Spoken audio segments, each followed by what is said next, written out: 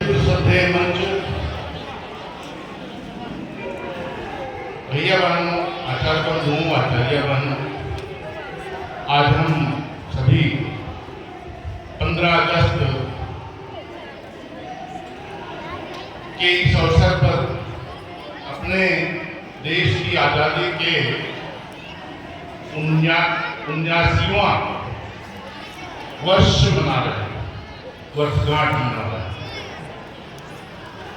वास्तव में यह एक सामान्य तिथि नहीं है, बल्कि अपने इतिहास के लिए बहुत ही महत्वपूर्ण दिन है। 15 अगस्त 1947 को सदियों की गुलामी के पश्चात अपना देश आजाद हुआ। जिस समय अपना देश आजाद हुआ उस समय देश की स्थिति बहुत ही खराब थी।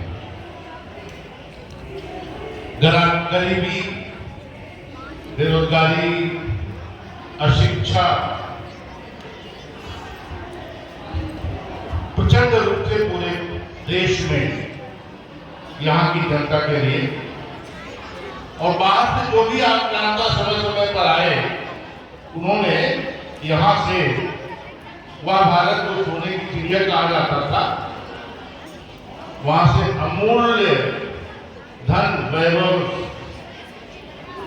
आदि ले गए। कहते हैं कि जब अंग्रेज भारत में आए थे तो पूरे विश्व की जीडीपी का 30वां हिस्सा भारत के पास था। और को छोड़ दिया जाता है, केवल अंग्रेजों की बात की जाती है कि अंग्रेज कितना ले गए। तो पूरे विश्व की जीडीपी का 30वां हिस्सा भारत के पास था।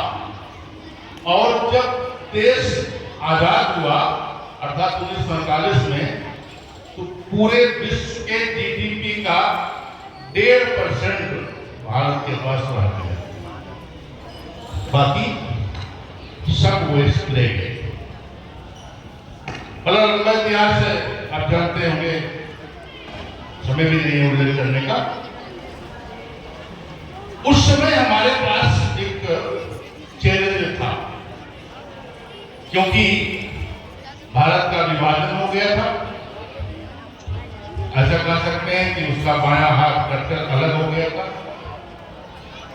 और नासूर की तरह वो बराबर अपने देश के ऊपर चाहे एक प्रकार का आक्रमण ही करता रहता था, प्रत्यक्ष अप्रत्यक्ष रूप से। था तो अपना छोटा भाई ही, लेकिन हमेशा वो दर्द देता रहता था और अभी भी देता रहता है। गरीबी प्रचंड रूप से थी भारत में, अशिक्षा थी उस समय, क्योंकि बीते कालखंड में जैसी स्थितियां बनी, शिक्षा के क्षेत्र में हम बिछड़ते गए। जब देश आजाद हुआ तो एक चैलेंज हुआ कि यहाँ का शासन व्यवस्था कैसे चलेगी। तो हमारे देश के पुरखों ने, महापुरुषों ने बैठकर एक लंबी बैठकें करते हुए एक संविधान बनाया। आप सब जानते हैं, डॉक्टर राजेंद्र प्रसाद उसके अध्यक्ष थे और डॉक्टर अंबेडकर संविधान निर्मात्री सभा के अध्यक्ष थे। और लगभग एग्जैक्ट संख्या आपको भूल रही है, 300 के आसपास लोग मिलकर विभिन्न बैठकों में एक ऐसा संविधान बनाए जो विश्व का सबसे बड़ा लिखित संविधान है, और भारत विश्व का सबसे बड़ा लोकतांत्रिक देश है। अमेरिका वगैरह को भी लोग कहते हैं, लेकिन जो जिस प्रकार का लोकतंत्र भारत में है वैसा कहीं नहीं होता। संविधान हमको, जो संविधान बना वो हमको अधिकार देता है समानता का, स्वतंत्रता का और समान न्याय का, और भी अनेक प्रकार के अधिकार देता है। उस समय हमको जो उसमें चैलेंज मिला था, उस समय जो चैलेंज मिला था वो हमने काफी प्रयासों से दूर किया। आज भारत आईटी के क्षेत्र में पूरे विश्व में अग्रगण्य है। आप जानते हैं डिजिटल इंडिया का नाम सुनते होंगे कि जो पैसे की लेन देन होती है ना, अमेरिका वगैरह में वो स्थित नहीं है। अब अपने यहाँ सब्जी वाले के पास भी वो स्कैन करने का बारकोड होता है, हर आदमी का अकाउंट है। पैसा जो भौतिक रूप से चलता था उसकी कमी हो गई है, यानी विश्व में अग्रगण्य है।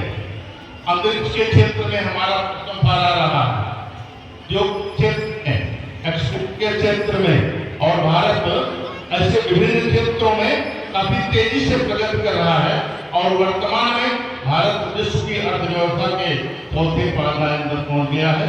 हम लोग अगर अपने देश को इसी प्रकार से अपनी परिश्रम, अपनी लगन, अपनी मेहनत से आगे बढ़ाते रहें, तो ऐसा हमारे नेतृत्व का कहना है कि 2047 तक भारत में सबसे आगे होगा, अर्थात विश्व गुरु बनेगा।